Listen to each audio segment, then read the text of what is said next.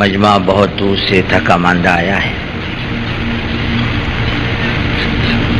اس کے آنے کا مقصد نہ روٹی ہے، نہ کپڑا ہے، نہ مکان ہے، نہ دنیا کی کوئی ضرورت ہے، بلکہ اس کے اندر کا داعیہ اللہ کا دین میری زندگی سے لے کر پوری دنیا کے انسانوں میں داخل ہو جائے۔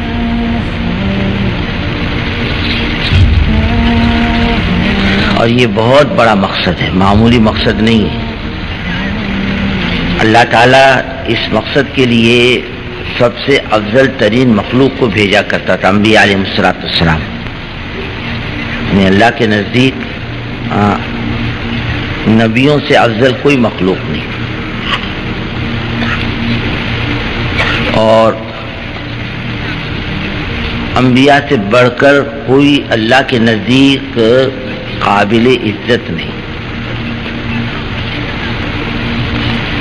اور افضل ترین مخلوق اللہ کے نزدیک انبیاء علیہ السلام ہے۔ جو جتنا بڑا ہوتا ہے اتنے بڑے مقصد کے لیے بھیجا جاتا ہے۔ اللہ کے نزدیک دین کتنی قیمتی چیز ہے کہ انبیاء کا قتل کیا جانا اللہ نے گوارا کیا۔ وَيَقْتُلُونَ الْأَنْبِيَاءَ وَيَقْتُلُونَ النَّبِيِّينَ بِغَيْرِ الْحَقِّ، یعنی قوموں نے نبیوں کو قتل کیا، تب بھی اللہ تعالیٰ نے دنیا میں نبی بھیجنا ختم نہیں کیا، بلکہ انبیاء علیہ السلام کو اللہ دنیا میں بھیجتے رہے۔ اور سب سے آخری نبی حضرت محمد صلی اللہ علیہ وسلم،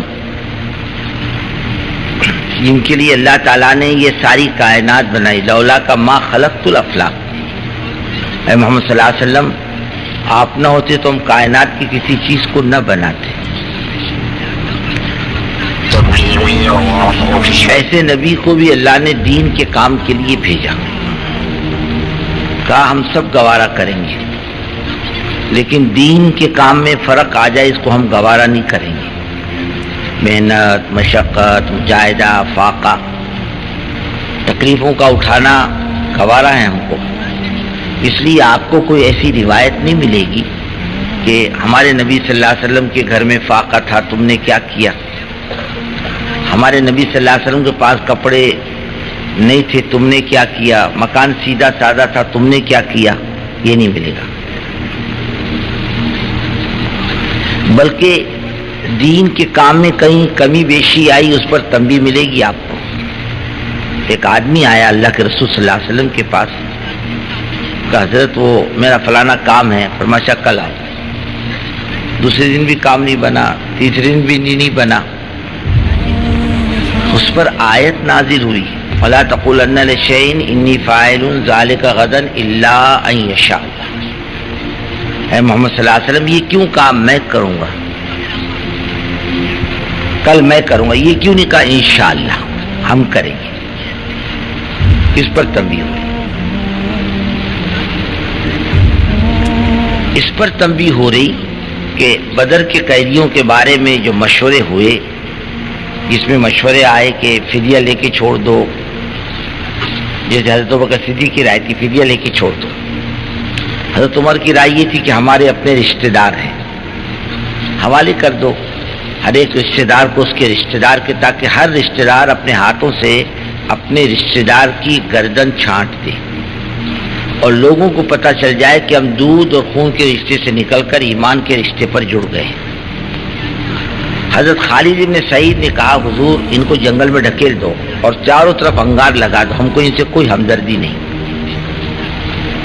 حضرت ابوبکر صدیق سے ان کے بیٹے حضرت عبد الرحمن نے کہا جو ابھی تک ایمان نہیں لائے تھے کہ ابا جان اب کئی مرتبہ میرے تلوار کی زد پر آئے، میں نے باپ سمجھ کے چھوڑ دیا۔ فرمایا بیٹے اللہ کی قسم تو میری تلوار کے زد پر آتا تجھے بیٹا سمجھ کے معاف نہیں کرتا، میں تیری گردن چھانٹتا۔ فیصلہ نافذ ہو گیا، قیدی چھوڑ دیے گئے۔ اس پر تنبیہ آ رہی ہے اللہ کی طرف سے، قیدی کیوں چھوڑے، اس پر تنبیہ آ رہی ہے۔ کچھ لوگوں نے گھر جانے کی اجازت مانگی، اللہ نے رسول صلی اللہ علیہ وسلم نے فرمایا اچھا جاؤ، اس پر تنبیہ آ رہی ہے عفا اللہ عنک لما اذنت لہم، چلو معاف کر دیا، کیوں اجازت دی گھر جانے کی۔ اللہ کے راستے سے واپس کیوں کیا, کیوں چھوڑا ان کو؟ اس پر تنبیہ ہے. لیکن دنیاوی معاملات میں کوئی تنبیہ نہیں. یہاں فاقہ ہو رہا, یہاں تنگی ہو رہی, یہاں کھانے کو نہیں, اور صحابہ بھوک سے سب کے سب گر جا رہی. نہیں, سب چیزیں ہم کو گوارا ہے, لیکن دین کے اندر دین کے کام میں فرق آ جائے یہ ہم کو پسند نہیں. اب سے اندازہ لگاؤ, اللہ کے رسول صلی اللہ علیہ وسلم دنیا سے جاتے میں بھی امت کو حرکت کی حالت میں چھوڑ کر گئے, اپنی جگہ پر نہیں چھوڑا, حضرت اسامہ کو روانہ کر کے چھوڑا, فرمایا جاؤ. جب آپ کی طبیعت بگڑی حضرت اسامہ رضی اللہ تعالیٰ عنہ نے ملاقات کی اجازت چاہی تو اجازت نہیں کی, فرمایا نہیں, باہر ہی رہو, اندر آنے کی اجازت نہیں. حضرت عبداللہ ابن رواحہ رضی اللہ تعالیٰ عنہ کو امیر بنایا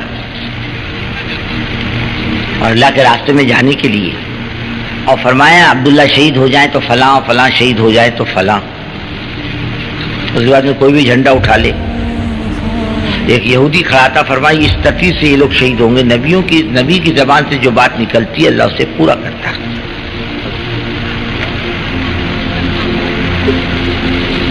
حضرت عبداللہ ابن رواحہ رضی اللہ تعالیٰ عنہ نے سوچا بھی زندگی کی تو یہ آخری گنجائش ہے کہ آپ صلی اللہ علیہ وسلم کے پیچھے جمعہ کی نماز پڑھ لیں, پھر ابھی دوبارہ تو موقع نہیں ملے گا. قافلے کو روانہ کر دیا آگے, خود پیچھے ٹھہر گئے. آپ صلی اللہ علیہ وسلم جب منبر پر گئے تو عبداللہ ابن رواحہ کو مجمع میں دیکھا. عبداللہ تم اللہ کے راستے میں نہیں گئے؟ کہا نہیں حضرت, میں نے سوچا کوئی بال بچوں کے لیے کاروبار کے لیے نہیں رکا ہوں, میں آپ کے پیچھے جمعہ کی نماز پڑھنا چاہتا تھا, میری زندگی کا آخری جمعہ ہے. ساتھیوں سے کتنے دیر کے لیے پچھڑ گئے؟ بولے حضرت آدھا دن. اور میں نہیں, تم اپنے ساتھیوں سے 500 سال پیچھے جنت میں داخل ہونے سے رہ گئے. تمہارے ساتھی 500 سال پہلے جنت میں داخل ہوں گے اور تم 500 سال پیچھے داخل ہوں گے. تم آدھا دن نہیں پچھڑے, تم 500 سال پچھڑے. تبوک میں کوئی لڑائی نہیں, کوئی مقابلہ نہیں, لیکن کسوٹی بنا کسوٹی.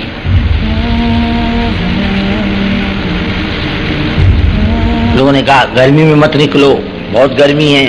اللہ نے کہا قل نار جہنم اشد حرا, ان سے کہو جہنم کی گرمی اس سے زیادہ سخت ہے.